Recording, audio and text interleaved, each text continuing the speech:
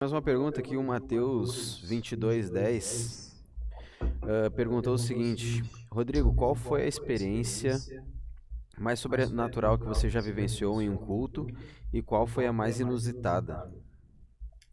Num culto, eu lembro que nessa questão de unção, nessa questão de fato de ministrar louvor e acreditar que Deus tinha algo comigo, né, nesse ponto. Logo ali quando eu comecei de fato a entender, depois de Deus vai te levantar, eu comecei a entender. Ali eu entendi o propósito de Deus. É louvor, não adianta, é ministração mesmo. Sim. Né? E eu falo pra galera, não sou cantor, gente, eu sou um ministro de louvor. Consequentemente cantor, mas em primeira mão, ministro de louvor. E eu lembro que eu estava num retiro de jovens e tinha uma moça, cara, de 14 anos, 14, 15 anos. E a gente estava ministrando ali tanto na sexta, quanto sábado, quanto domingo. Tinha até de sexta a terça-feira nesse retiro. Era carnaval. Sexta-feira começamos o culto e a menina se manifestou, se endemoniou, né, no meio do culto, a ponto de mudar toda a atenção do culto. E aí tá, no final do culto oraram por ela, ela fugiu dos nossos olhos ali e tudo mais, acho que sentaram ela, oraram, deram água e tudo mais. No sábado, culto de manhã, aconteceu a mesma coisa. Se endemoniou e a galera já começou. E quando é a mesma pessoa que acaba se manifestando, a galera já vai ficando um pouquinho mais. Ó, tá, então não foi liberta ontem. Sim, a pessoa vai ficando. Já vai ficando. Mais... Só que foi sobrenatural. Foi cena de filme de terror, assim. Tipo assim, a menina quebrou uma cadeira brincando, assim, respirando. Então eu lembro que no sábado à noite de novo, alguém foi lá, me lembro que até o pregador desse dia, ele pegou e falou assim, gente, já é psicológico, já não é dela. E eu, tipo, não sei não. E eu lembro que comecei a olhar pros meninos assim, e falei, cara, vamos orar. Vamos orar, vamos... Alguma coisa, eu lembro de pedir muito pra Deus, Deus, liberta essa menina. 14 anos, cara, 15 anos. Nossa. Jovem, tu acha que alguém ia querer ficar brincando de endemoniada? Num retiro disso, onde só tem jovens, amiguinhos, amiguinhas, e tá ali. E eu lembro que nisso a gente puxou louvor, ministramos louvor. A menina quis se manifestar de novo, eu acho que seguraram ela dessa vez. E chegou a hora da palavra, ela se manifestou na hora da palavra. E aí levaram ela pra rua e tudo mais, toda aquela coisa. E só que todo o retiro começou a se sensibilizar com a situação dela. Então os líderes começaram a fazer reunião de oração, né? Inclusive com nós mesmos da parte do louvor. E eu lembro que nesse culto eu peguei e fui sair na hora da palavra.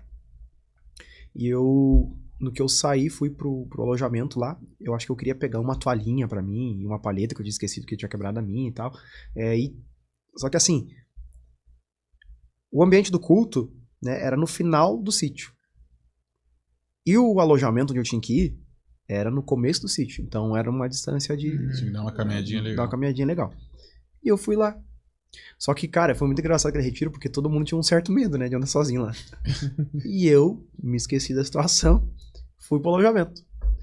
Quando eu fui pro alojamento, eu lembrei da menina. Quis me dar um medo ali, homem. Eu lembrei.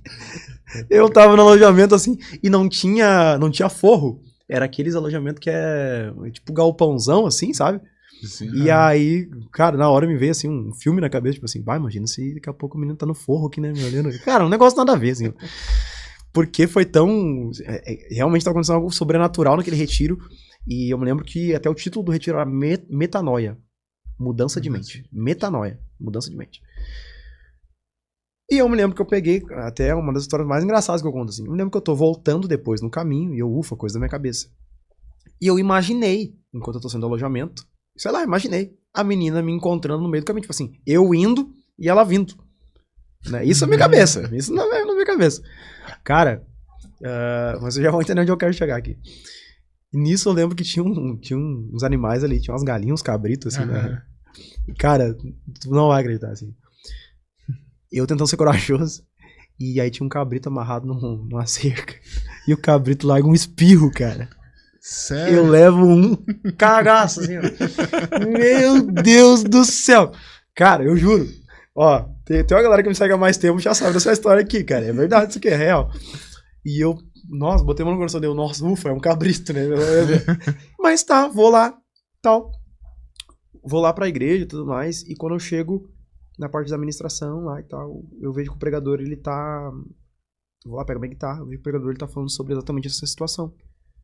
A menina acaba de novo, atrapalhando ali, e eles chamam pro altar. Chamam pro altar e ele começa a dizer, ela já tá liberta, ela já tá liberta, ela já tá liberta. Só que foi muito louco, porque eu fui uma das pessoas, cara, que eu chorei com pena dessa menina e orei, sabe? Porque sensibilizou todo mundo ali, tentando entender o que tava acontecendo. Cara, era obreiro, pastor, profetas indo orar por ela e nada acontecia. Imagina isso acontecer numa campanha de jovens da igreja de vocês, um congresso de jovens, todo culto, sempre o mesmo povo. O povo já vai pro culto, já tipo... Você tá perto desse... Quando ela fazia isso, a atenção mudava do culto. E eu peguei e falei pra Deus, assim, comecei a conversar e falei pros meninos que estavam ministrando, eu falei, cara, o diabo tá tentando fazer um circo, tá tentando fazer uma ciranda aqui no nosso meio.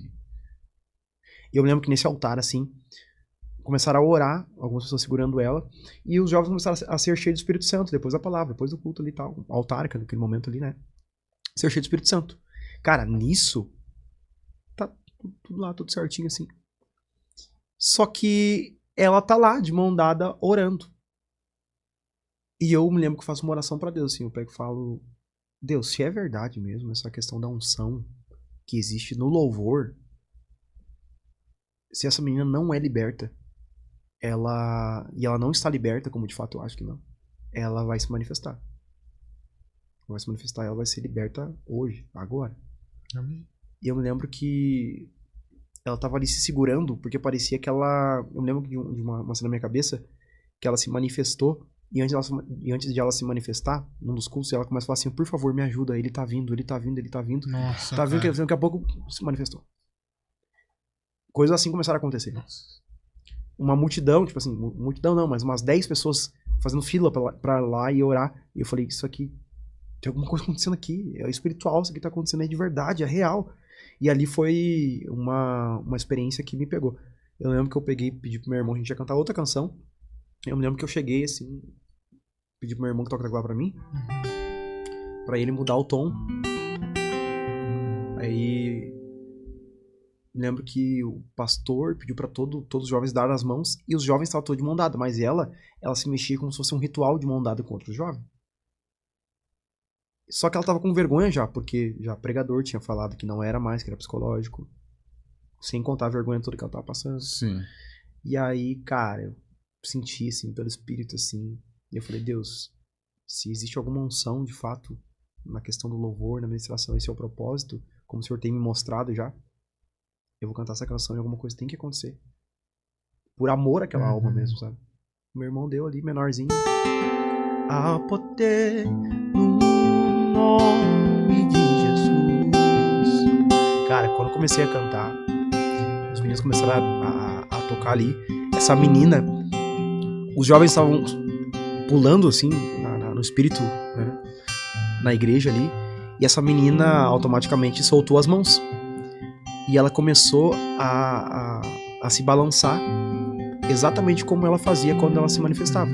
E a gente começou a cantar. E eu comecei que ela começou a se balançar com mais intensidade. E a gente cantando. Pra cadeias quebrar, cadeias quebrar, cadeias quebrar. Ouço cadeias quebrando. Ouço cadeias quebrando. Cara, ela veio lá de trás. Me arrepio de lembrar disso aqui, cara. E ela parou na minha frente, de frente pro meu pedestal, enquanto eu cantava.